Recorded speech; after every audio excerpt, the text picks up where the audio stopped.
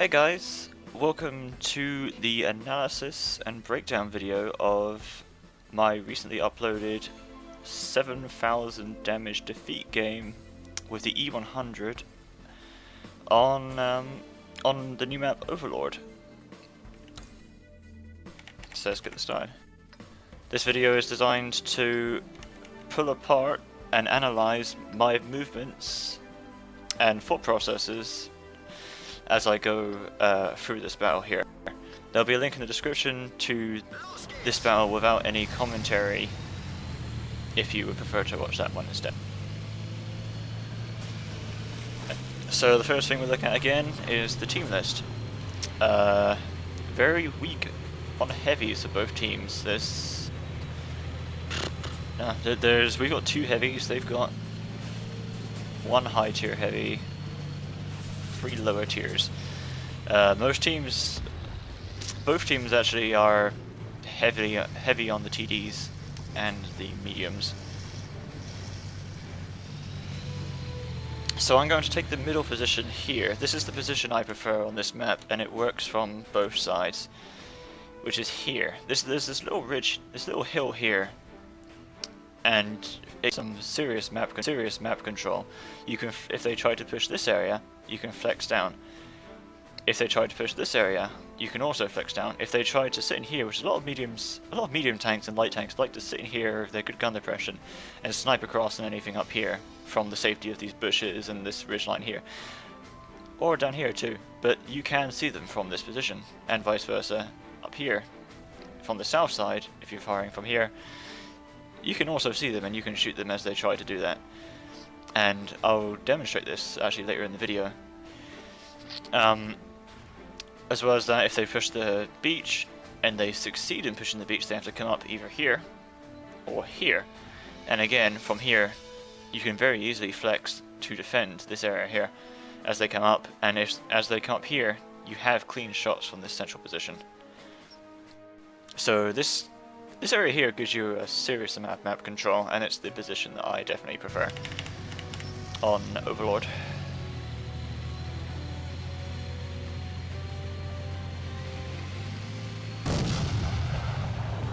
So as usual, both teams are spreading out their medium tanks across the central area. The enemy team's got both their IS-8s here.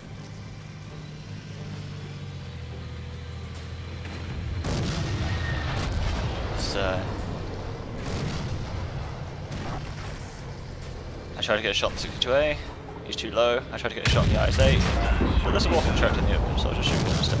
But yeah, I'm absolutely fine with that.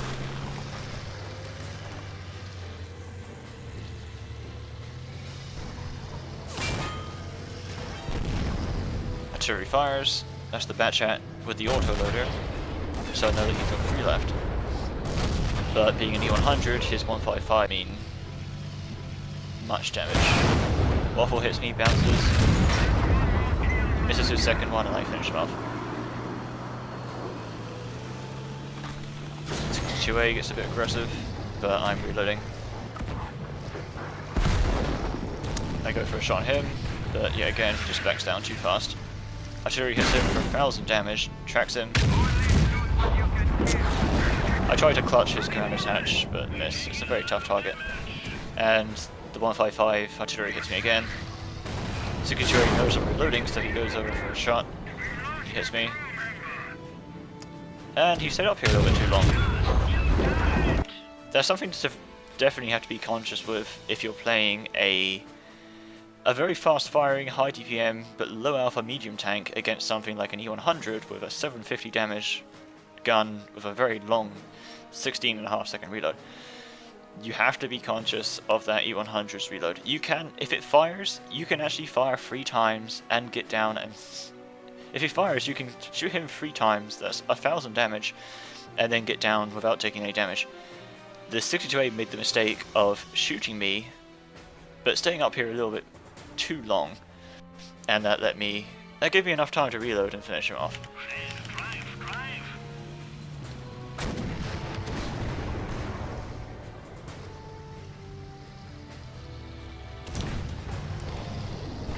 So I'm holding this position here, I'm looking for targets. I see a Batchat. parked up there, but before I can aim in, he backs off again.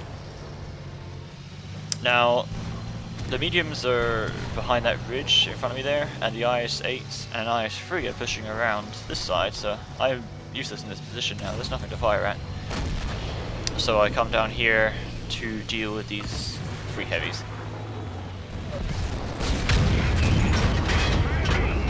I have no idea what happened there. That was a 330 penetration E-100 heat round.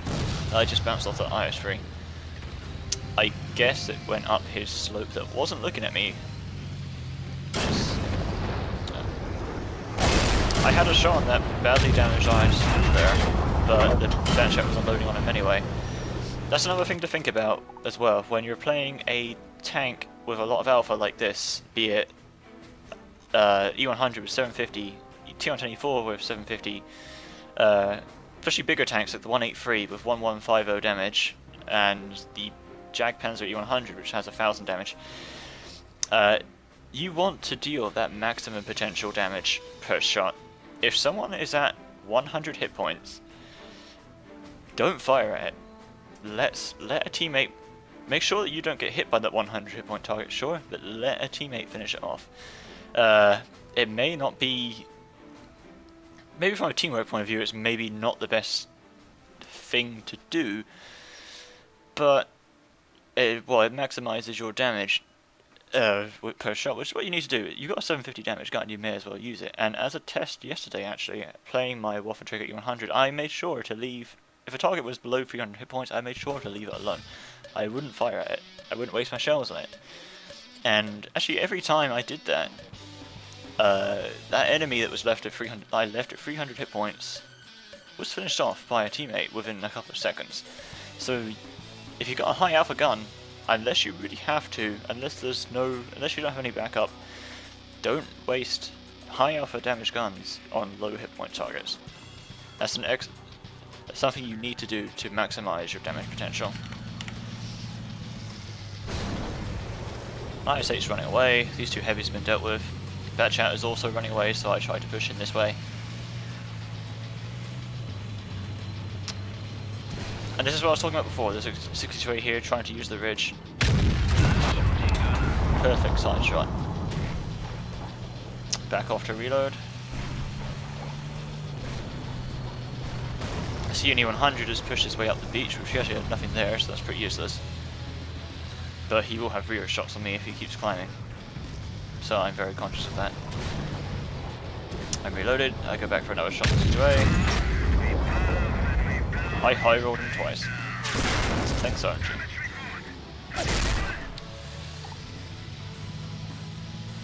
Strangely enough, engaging E-100s at long range with a Waffentrager, no matter how much of his low bit you can see, your shells will never hit it. For some reason, like when I'm unloading on an E-100 with a Waffentrager, the vast majority of my shells are just tracking this. The Batchat comes over, finishes off our own Batchat. I hit him. There's no damage, a penetration, a bounce. He's got 2 shells left, but he runs away because he knows that I'm going to be reloaded soon. Which is the correct thing to do. However, I'm not sure finishing off our Batchat and putting 1 shot into me is worth losing 800 hit points. That's basics of trading. Basically with trading, with HP trading, you want to be dealing more damage than you're taking for the damage that you're dealing, if you know what I mean.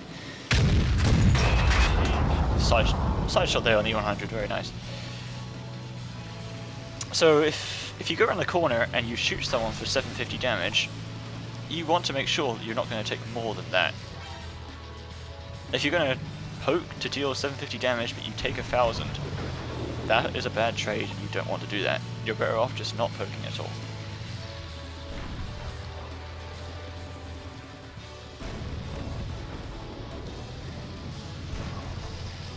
I was going to climb down here to get better shots on that Waffentrager's position, but I realized that our middle has actually fallen, so I climbed back up.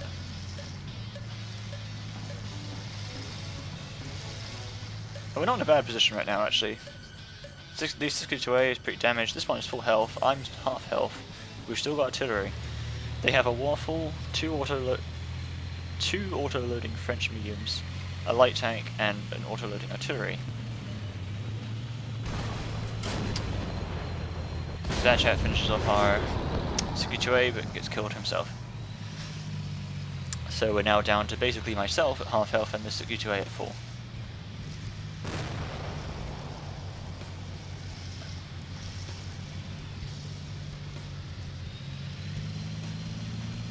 Now I'm being very cautious here. I don't know. They still do have an artillery and he's got an autoloader. If he hits all 4 shots he can kill me. And I also don't know where their Waffenträger has gone. He's also a very serious threat. So I am being a bit cautious here. I want to scout the area around a little bit, make sure there's... I'm not going to run to my death before I actually push in.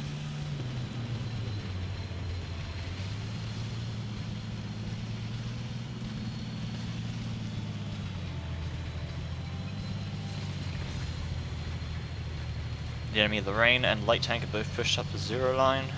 The Lorraine gets taken out by artillery. It looks like the 62A has moved over from where I am to deal with that light tank. I think he should have followed me really, but hey.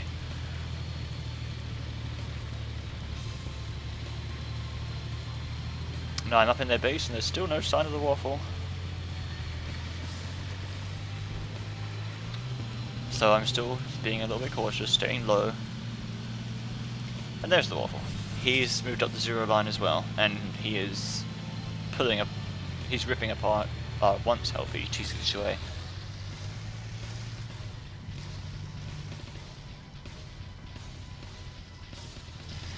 Start climbing up directly to their cap. I'm keeping an eye out for their artillery.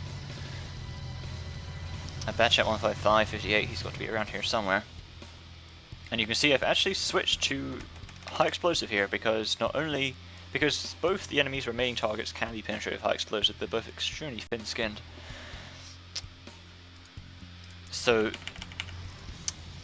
I should be able to do a lot of damage to the waffle for him and one-shot kill the artillery. So I spot the 155 58. Aim. HE round to the side kills him.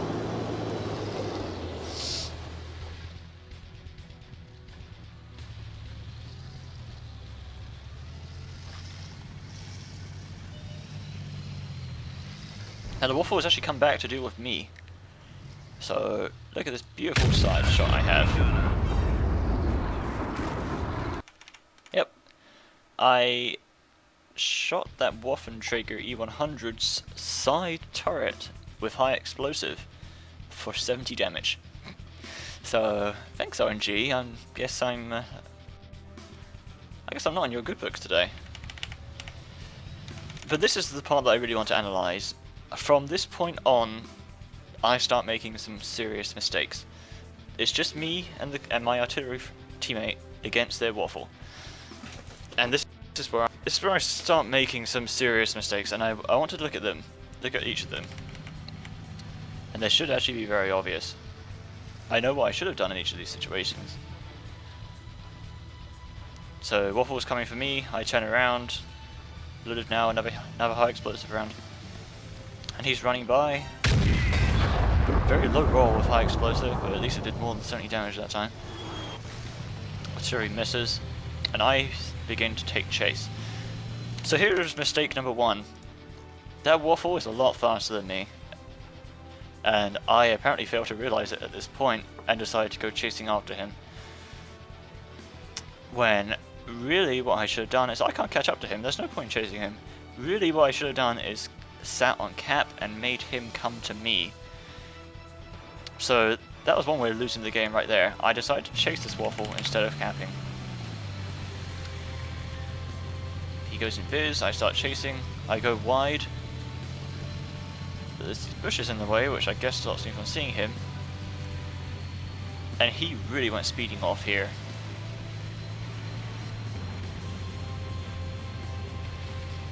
I watch my left just in case he's gone that way, and I figure that there is no way.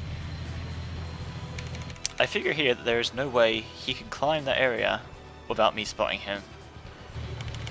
So I assume that he's gone the other way, because he can push around this corner, and it wouldn't have been until I got to here that I would have been able to spot him. But I get here, and he's not here, he's not there. And I know, I look around, I'm like, fuck. And you can see with my camera movements here, I'm just turning around, I'm just like, fuck it, I've gone the wrong way. So I start going back.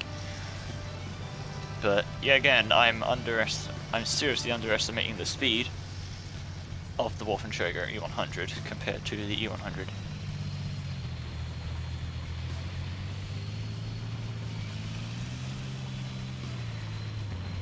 I've switched to AP, here's another thing to notice too. I'm not firing heat or high explosive, I switched to AP because I can one-shot him with my AP round. There's no need to fire heat, and high explosive has a chance to hit him for some garbage, like 70 damage again. So to make sure that I don't lose the game that way, I've switched to AP round. There he is. Now I warned our Conqueror GC said he's coming in, and I warned him a little bit late there that the Waffle was in their base, because I knew where he was, and I knew that the Conq GC was just charging straight into the Waffle to his death, and oh well. So the Waffle was moving north last seen, which means he could have been coming back down this ridge to deal with me, which would be a mistake on his part, and he didn't actually do that. You see, I come up here.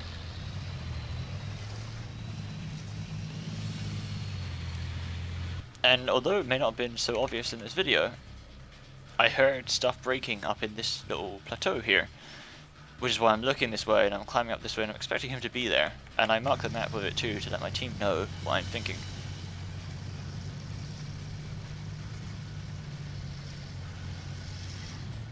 Yeah, I marked J4 because that's where I heard stuff breaking, and I think he's sitting in there waiting for me, guarding his base capture.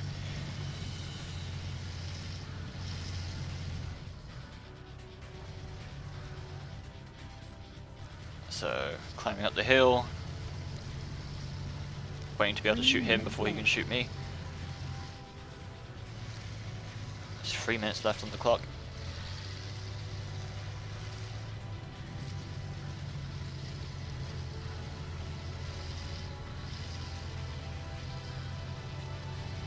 But, alas, he is not here.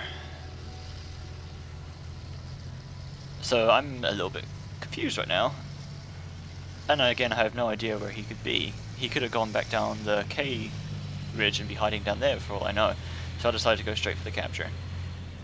Because I'm very much aware of the time on the clock. I can't chase him any further.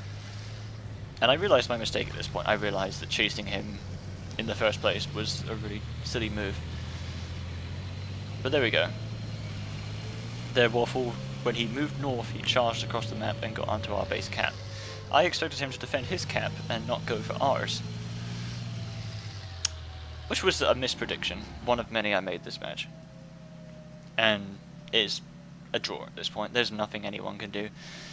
I could push up the 6 line directly to our base capture and try and reset him, try and kill him, but this map is very well protected on the cap, like what I'm doing right now.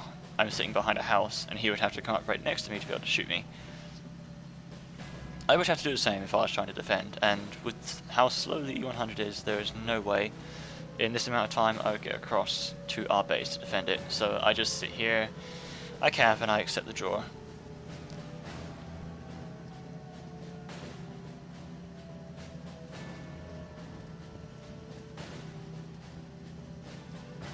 So we're talking in chat right now. People are saying, hey, you should go and duke it out in the middle.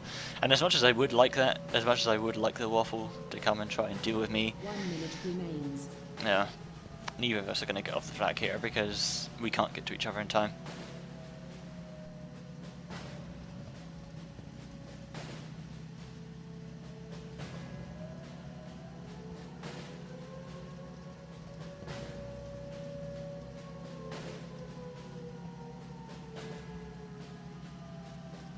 And quite rightly, as I said there, I'll take my draw, and I'll take my 7,000 damage, and I'll go cry in the corner. 30 seconds left.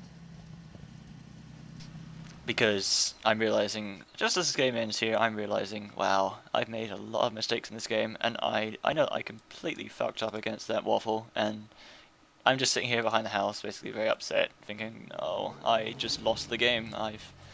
It's been a while since I've almost completely just thrown the game myself by making those kind of mistakes, and really that can't happen, and really I really shouldn't be messing up that horribly. But this is a good match to analyze anyway. It's a match where it had a good outcome statistically. I did manage to get a very solid 7,000 damage. I got a decent amount of damage blocked by armor as well, and I held the middle very effectively. The problem is you need to be able to predict your enemy's movements, and I mispredicted that waffle multiple times, and it let him get away. The killer low is when I got off the cap, when he went running down the ridge at H34, this area here, and he looped around like this. Now, I should have been able to see him here as I was coming down, but there were a bunch of bushes and trees in the way, which meant that he could go around here. And he was up this ridge area here by the time I got down here to be able to spot him.